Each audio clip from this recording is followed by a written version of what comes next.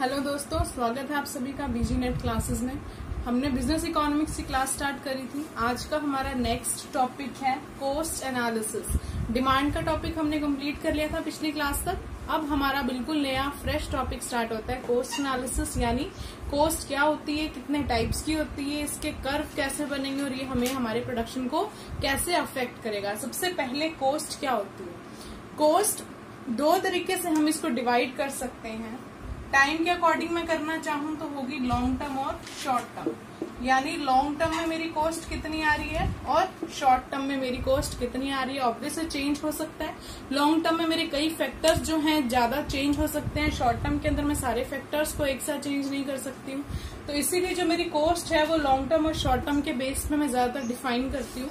लेकिन इसमें भी ज्यादा जो इम्पोर्टेंट रोल रहता है वो रहता है शॉर्ट टर्म कॉस्ट का। शॉर्ट टर्म का क्यों? क्योंकि कोई भी बिजनेस है, मैं इतने ज्यादा लॉन्ग टर्म ऑब्जेक्टिव्स नहीं लेके चलती कि जो मेरी कॉस्ट को है मैं वहां तक सेटल कर पाऊँ। मैं क्या लूंगी शॉर्ट टर्म, यानी 2 साल 3 साल या मैक्सिमम ले लूं मैं 3.5 या 4 साल। इससे ज्यादा का मैं कोई भी ऑब्जेक्टिव या कोई भी प्लान लेके नहीं चलती हूँ। तो वो किसमें कवर होंगे मेरे शॉर्ट टर्म के अंदर। शॉर्ट टर्म के अंदर कॉस्ट को मेन अगर मैं देखूं ब्रॉडली 3 पार्ट्स में डिवाइड कर सकते हैं। टोटल कॉस्ट, एवरेज कॉस्ट और marginal cost. Total cost, average cost और मार्जिनल कॉस्ट।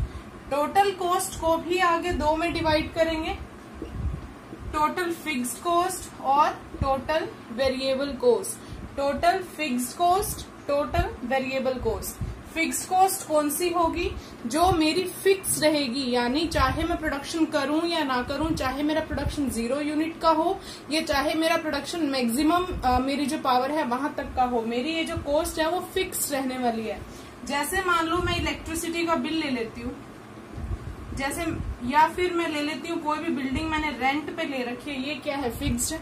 मैंने कोई बिल्डिंग रेंट पे ली तो वो जो ऑनर है वो मुझसे नहीं पूछेगा कि आपने प्रोडक्शन किया है या नहीं किया है। उसका जो रेंट मैंने देना है वो मैंने देना है, वो फिक्स है, उसको मैं कम ज्यादा नहीं कर सकती। इलेक्ट्रिसिटी का बिल है, जो मिनिमम अमाउंट है वो मुझे पे करनी ही पड़ेगी, चाहे मेरी मशीनरी चल रही है या नहीं चल रही, इससे कोई फर्क नहीं पड़ेगा। इसी तरीके से कोई फिक्स सैलरीड एम्प्लॉय मैंने रखे हुए हैं, कोई ऐसे ऑफिस वर्कर मैंने रखे हुए हैं जिनकी सैलरी भी मुझे देनी पड़ेगी, चाहे मेरा काम हो रहा है नहीं हो रहा है, मुझे उनको तो पे करना ही पड़ेगा। तो ये सब खर्चे किसके अंदर आते हैं? फिक्स्ड कॉस्ट में। और इस फिक्स्ड कॉस्ट का प्रोडक्शन से कोई भी संबंध नहीं होता, यानी प्रोडक्शन हो या ना हो ये कॉस्ट तो आपकी आएगी ही आएगी। वहीं दूसरी तरफ मैं चलती हूँ वेरिएबल कॉस्ट। वेरिएबल का क्या मतलब होता है? जो चेंज हो सकती है। तो जो चेंज होगी वो किससे रिलेटेड होगी? प्रोडक्शन से रिलेटेड। जैसे मैंने लेबर रखी हुई है, तो अगर मैं प्रोडक्शन कर रही हूँ तब तो मैं लेबर रखूंगी और पैसे दूंगी, और अगर मैं प्रोडक्शन ही नहीं कर रही हूँ तो मेरे पास लेबर भी मैं नहीं रखूंगी। तो ये क्या है? मेरी वेरिएबल कॉस्ट के अंदर कवर हो जाएगी। या कुछ और भी इसका एग्जाम्पल ले सकते हैं। रॉ मटेरियल मैंने ले लिया, अगर मैं सामान बना रही हूँ तभी तो रॉ मटेरियल के खर्चे लगेंगे, और अगर मैं सामान ही नहीं बना रही हूँ तो रॉ मटेरियल का खर्चा नहीं लगेगा। तो ये क्या है? वेरिएबल कॉस्ट, जो प्रोडक्शन से पूरे तरीके से रिलेटेड होती है। प्रोडक्शन 0 है या 10 है या 20 यूनिट्स हैं, ये पूरी तरीके से उसी पे डिपेंड करेगी वेरिएबल कॉस्ट। क्लियर है?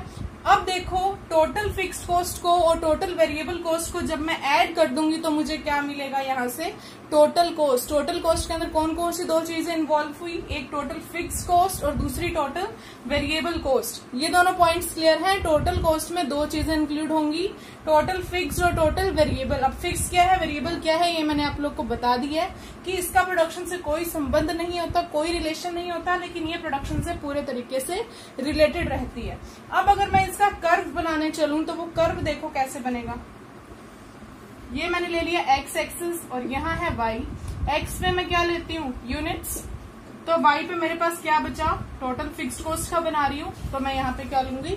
Total fixed cost. अब इसका कर्व जैसे क्या बनेगा? बिल्कुल straight line, horizontal to X axis. क्यों? क्योंकि फिक्स्ड कॉस्ट क्या है? फिक्स है। प्रोडक्शन से आपका कोई रिलेशन नहीं है। जैसे 10 रुपए मेरी फिक्स्ड कॉस्ट आ रही थी तो वो 10 रुपए ही आएगी, चाहे मैं प्रोडक्शन कितना भी करूं। इसलिए इसका कर्व क्या बनेगा? हमेशा horizontal to X axis. Clear है? अब चलते हैं टोटल वेरिएबल कॉस्ट की तरफ। एक्स और वाई, यहाँ मैंने ले ली यूनिट्स और यहाँ मैं क्या ले रही हूँ, वेरिएबल कॉस्ट। अब देखो, अगर मेरा प्रोडक्शन 0 है तो मेरी टोटल वेरिएबल कॉस्ट कितनी होगी, 0 होगी। अगर मेरा प्रोडक्शन मैं इंक्रीज कर रही हूँ तो मेरी कॉस्ट क्या हो जाएगी, इंक्रीज हो जाएगी। इस तरीके से तो ये कर्व बनेगा ऐसे। जैसे जैसे मेरा प्रोडक्शन चेंज होगा वैसे वैसे मेरी टोटल वेरिएबल कॉस्ट चेंज होती जाएगी। प्रोडक्शन इंक्रीज होगा तो वेरिएबल कॉस्ट इंक्रीज होगी, प्रोडक्शन डिक्रीज होगा तो वेरिएबल कॉस्ट भी डिक्रीज होगी। तो हमारा जो वेरिएबल कॉस्ट का कर्व बनेगा इस तरीके से, स्टार्टिंग पॉइंट वेरिएबल कॉस्ट का क्या होगा, 0, और फिक्स्ड कॉस्ट का स्टार्टिंग पॉइंट 0 नहीं होगा। क्यों, क्योंकि फिक्स्ड कॉस्ट तो मेरी आनी ही आनी है, चाहे मैं प्रोडक्शन करूं या ना करूं। अब फिक्स्ड कॉस्ट और वेरिएबल कॉस्ट का कर्व क्लियर है। अब मुझे बनाना हो टोटल कॉस्ट का, तो वो मैं कैसे बनाऊंगी, देखो यहां मैंने बनाया था फिक्स्ड कॉस्ट, बिल्कुल एक्स एक्सिस के हॉरिजॉन्टल, 0 से स्टार्ट करके मैंने बनाया था वेरिएबल कॉस्ट। अब टोटल कॉस्ट मुझे बताओ 0 से स्टार्ट होगी या फिर फिक्स्ड कॉस्ट से, ऑब्वियसली फिक्स्ड कॉस्ट से। क्यों, क्योंकि ये मेरी टोटल कॉस्ट के अंदर इंक्लूड होगी, ये मेरी टोटल कॉस्ट का पार्ट है। तो ये मेरी बन गई टोटल कॉस्ट। जो फिक्स्ड स्टार्टिंग पॉइंट क्या होगा जिसका, फिक्स्ड कॉस्ट वाला। कभी भी 0 से टोटल कॉस्ट स्टार्ट नहीं होगी अगर फिक्स्ड कॉस्ट है तो। फिक्स्ड कॉस्ट से मेरी टोटल कॉस्ट स्टार्ट हो गए और उसके ऊपर ऊपर जाती हुई मूव करेगी हमेशा। और ये जो इन दोनों का डिफरेंस है ना, ये आएगा टोटल वेरिएबल कॉस्ट की वजह से। क्यों, क्योंकि वेरिएबल कॉस्ट भी इसको अफेक्ट करेगी। अब ये ध्यान रखना, टोटल कॉस्ट को हमेशा टोटल वेरिएबल कॉस्ट सबसे ज्यादा अफेक्ट करेगी, क्योंकि फिक्स तो फिक्स है। मैं बार बार ये बात बोल रही हूँ, फिक्स फिक्स है, कोई चेंज नहीं हो सकता। लेकिन वेरिएबल को मैं प्रोडक्शन के अकॉर्डिंग चेंज कर सकती हूँ, इसीलिए मेरी टोटल कॉस्ट पे सबसे ज्यादा इफेक्ट किसका पड़ेगा, वेरिएबल कॉस्ट का। तो टोटल कॉस्ट यहाँ क्लियर है। इसके बाद हम चलते हैं एवरेज कॉस्ट की तरफ कि एवरेज कॉस्ट क्या होती है। देखो, एवरेज हमने स्टार्टिंग से पढ़ा है। एवरेज का मतलब क्या होता है, टोटल कर देंगे हम यूनिट्स का divided by number of units. तो एवरेज कॉस्ट में जो निकालनी है तो मैं कैसे निकालूंगी, total cost divided by units. जब मैं टोटल कॉस्ट को यूनिट्स से डिवाइड कर दूंगी तो वो मेरे पास क्या आ जाएगी, एवरेज कॉस्ट। ठीक है। अब इसका कर्व मुझे बनाना हो तो इसका कर्व कैसे बनेगा, एवरेज कॉस्ट का कर्व होगा हमेशा यू शेप का। और ये यू शेप क्यों होगी, क्योंकि मैं क्या मान के चलती हूँ, जैसे जैसे शुरू के अंदर मैं प्रोडक्शन करती जाती हूँ मेरी एवरेज कॉस्ट जो है वो गिरेगी, लेकिन एक मिनिमम पॉइंट तक आने के बाद मेरी एवरेज कॉस्ट फिर से इंक्रीज होना स्टार्ट हो जाती है। तो इसीलिए इसको हमेशा कौन सी शेप का बनेगा, ये यू शेप का कर्व बनेगा एवरेज कॉस्ट का। फिर हम चलते हैं मार्जिनल कॉस्ट की साइड। मार्जिनल कॉस्ट क्या है, सेम वही हमने मार्जिनल यूटिलिटी का कंसेप्ट किया था।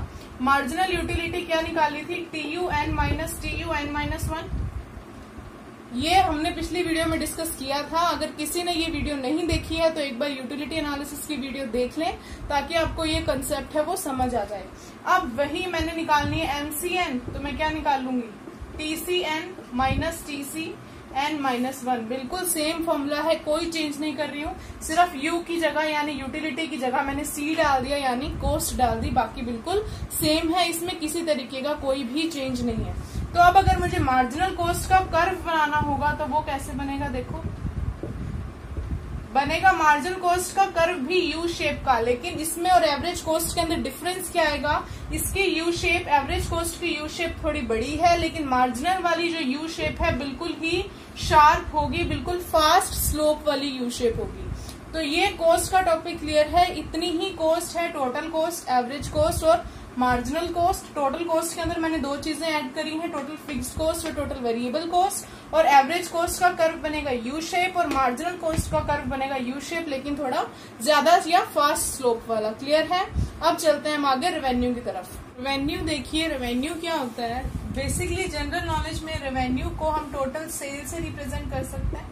टोटल सेल यानी मैंने जितनी भी किसी भी प्रोडक्ट की क्वांटिटी यानी यूनिट्स को सेल किया है प्राइस पर यूनिट के अकॉर्डिंग, वो मेरे पास क्या आ जाएगी, रेवेन्यू। फॉर एग्जाम्पल मेरे पास एक पेन है, एक पेन का प्राइस 10 रुपीज है, मैंने टोटल इसकी 50 यूनिट सेल करी है, तो मेरी रेवेन्यू यहाँ पे कितनी आ जाएगी, 500। क्लियर है। टोटल सेल को जब मैं मनी की टर्म्स में रिप्रेजेंट करूंगी तो वो मेरे पास क्या बन जाएगी, टोटल रेवेन्यू या फिर जिसको हम रेवेन्यू बोल सकते हैं। अब कई जगह पे रेवेन्यू और प्रॉफिट के बीच में कंफ्यूजन क्रिएट रहता है, वो देखिए दोनों के बीच में डिफरेंस है। पता लग गया होगा अब तक कि रेवेन्यू क्या होता है, टोटल सेल, और जब मैं टोटल सेल में से कॉस्ट को माइनस कर दूंगी तब मेरे पास क्या आता है, प्रॉफिट। यानी जब मैं प्रॉफिट कैलकुलेट करना हो मुझे तो मैं क्या करूंगी, total revenue minus cost. Profit का फॉर्मूला क्या हुआ, total revenue minus cost. Revenue में से जब मैं कॉस्ट लेस कर दूंगी तो जो पार्ट मेरे पास बचेगा वो क्या होगा, प्रॉफिट। तो प्रॉफिट और रेवेन्यू एक ही बात नहीं होती, रेवेन्यू के अंदर प्रॉफिट भी इंक्लूड होता है और कॉस्ट भी इंक्लूड होती है। ये बात हुई हमारी टोटल रेवेन्यू की। अब वही फिर से एवरेज का फॉर्मूला क्या होगा, अब एवरेज रेवेन्यू निकालनी है तो मैं क्या निकालूंगी, टोटल रेवेन्यू डिवाइडेड बाय क्या, टोटल यूनिट्स। क्लियर है, तो ये मेरे पास क्या आ गई, एवरेज। और ऐसे ही अगर मुझे मार्जिनल रेवेन्यू निकालनी होगी तो मार्जिनल रेवेन्यू का फॉर्मूला क्या हो जाएगा, TRN माइनस TRN माइनस 1।